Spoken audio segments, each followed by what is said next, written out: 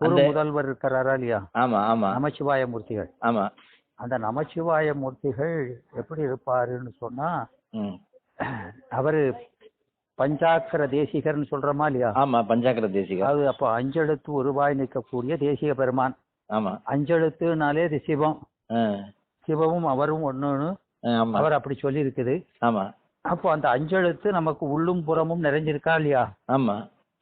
அதுபோல அந்த அடியார்களுடைய உள் அறிவிலும் அவர்களுடைய செயலிலும் பெருமான் நிறைஞ்சிருப்பவர் யாருன்னா குருமூர்த்திகள். குருமூர்த்திகள். அதான் அவங்க சொல்லும் போது சிவாக்கிர யோகிகள் வரும்போது ஒரு செய்தி சொல்றாரா இல்லையா?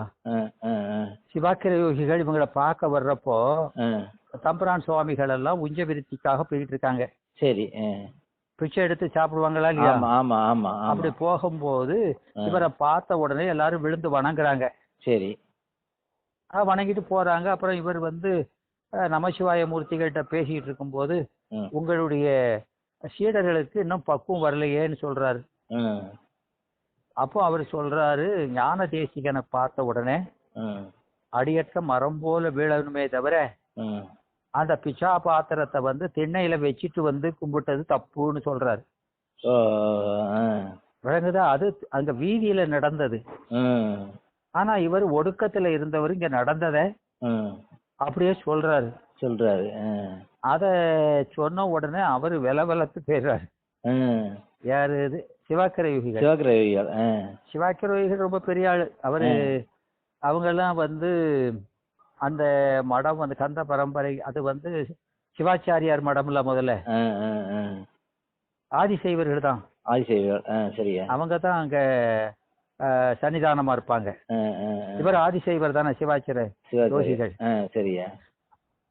அவரு இப்போ பாத்தீங்கன்னா இவருடைய இதை பார்த்து அவரு அப்ப யாரு ஒரு உண்மையான ஞான குருன்னா எப்போதும் தன்னுடைய மாணாக்கர்கள் இருக்காங்களா இல்லையா?